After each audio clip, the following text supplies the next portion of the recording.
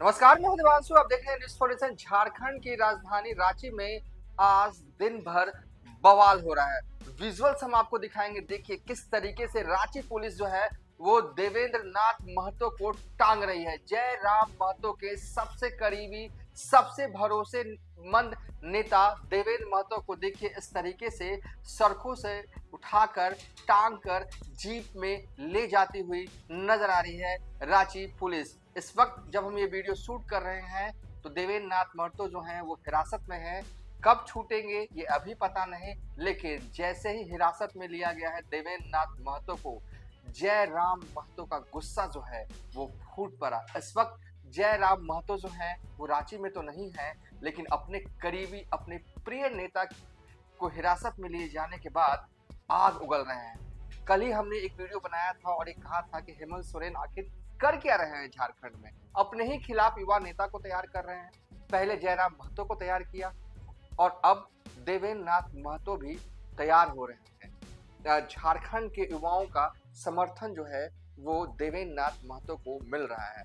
उनके एक आह्वान पर जो है वो हजारों छात्र जो है वो पूरे झारखंड भर से रांची पहुंचते हैं और आंदोलन में शामिल होते हैं। जेएसएससी सीजीएल वाले मुद्दे को लेकर पूरे रांची में एक तरह से बवाल सा मचा हुआ है। विजुअल्स हम स्क्रीन पर चला रहे हैं। देवेंद्र नाथ महतो की देखिए किस तरीके से उन्हें टांगा जा रहा है और अब हम बताएंगे किस तरीके से जयराम महतो ने जो है अपने गुस्से का इजहार जो है वो देवेंद्र नाथ महतो के हिरासत में लिए जाने के बाद किया है। दरअसल अभी अभी जयराम महतो ने फेसबुक पोस्ट के जरिए करारा हमला जो है वो हेमंत सोरेन की सरकार पर बोला है।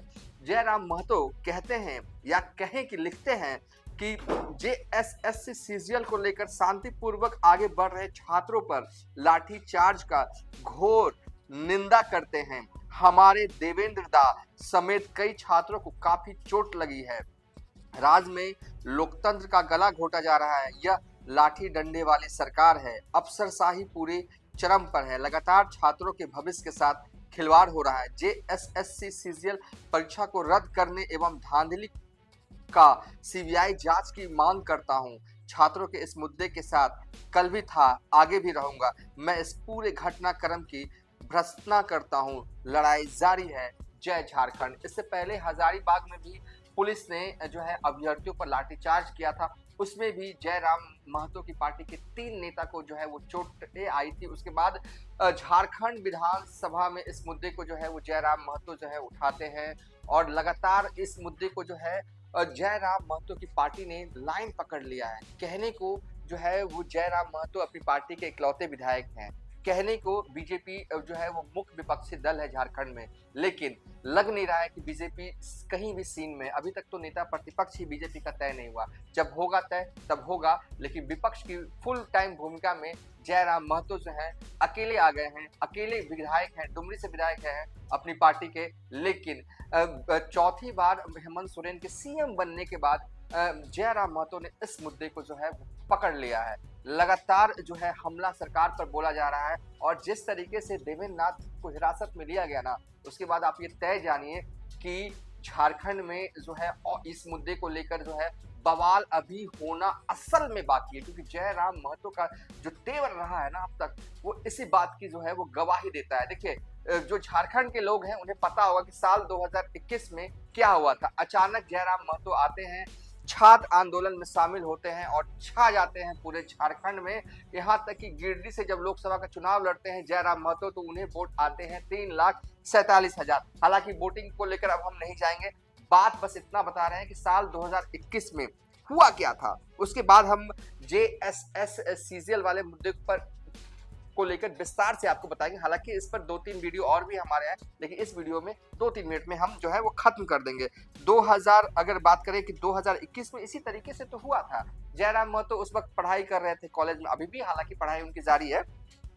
जिला स्तरीय चयन समितियों में मगही, भोजपुरी, अंगिका आदि को क्षेत्रीय भाषाओं के रूप में शामिल करने को लेकर 2021 के अंत में एक सरकारी अधिसूचना जो है वो जारी होती है। उसके बाद जयराम महतो जो है पूरे झारखंड भर में आंदोलन करते हैं और नतीजा क्या होता है कि हेमंत सोरेन के खिलाफ एक नेता खड़ा हो जाता। हालांकि झारखंड विधानसभा चुनाव 2024 में इसका फायदा जो है हेमंत सोरेन को ही हुआ। लेकिन अब एक और नेता तैयार हो रहा है, वो नेता जो है जिसे पुलिस टांग रही है ना, इसी तरीके से कभी जयराम महतो को भी टांगा करती थी पुलिस रांची की ही सड़कों पर, जब वो झारखंड विधानसभा का घेराव करने के लिए जो है वो निकले हुए थे। और आज जयराम महतो, क्योंकि देखिए जिस तरीके से इस मुद्दे को लेकर लगातार प्रोटेस्ट हो रहा है, छात्रों की मांग है कि परीक्षा को रद्द कर दी जाए और पूरे मामले को लेकर सीबीआई जांच की जाए।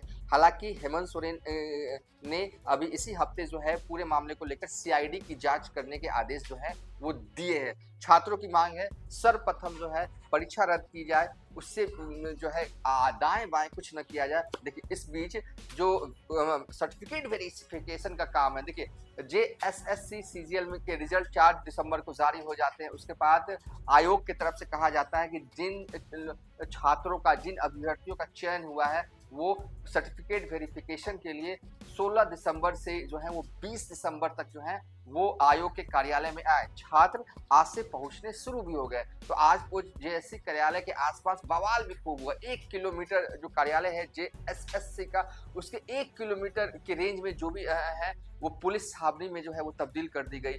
कल शाम से ही जो तब्दील था, त्रिस्तरीय सुरक्षा जो है वो लगाई गई। इसके बावजूद छात्र जो है वो जेएसएससी का कार्यालय का घेराव करने के लिए वहां पर जो है वो पहुंचे। और इस बीच जब वो आगे नारेबाजी करते हुए जो है वो छात्र आगे बढ़ रहे थे, पुलिस ने रोका, लाठीचार्ज किया।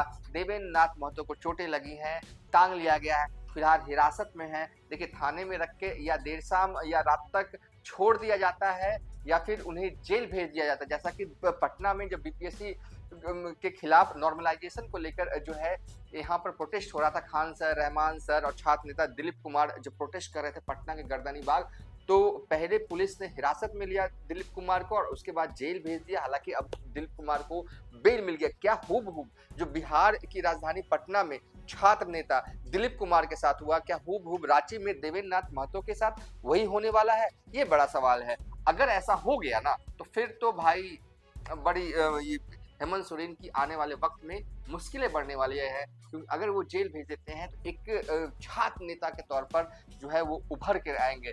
देवेंद्र महतो की पहचान यह है कि वो लोकसभा का चुनाव भी लड़ चुके हैं, विधानसभा का चुनाव भी लड़ चुके हैं। सिल्ली विधानसभा सीट से 2024 में वो चुनाव लड़े थे और उनकी वजह से ही जो है महतो समाज के बड़े नेता सुदय महतो जो है वो हार गए थे चुनाव।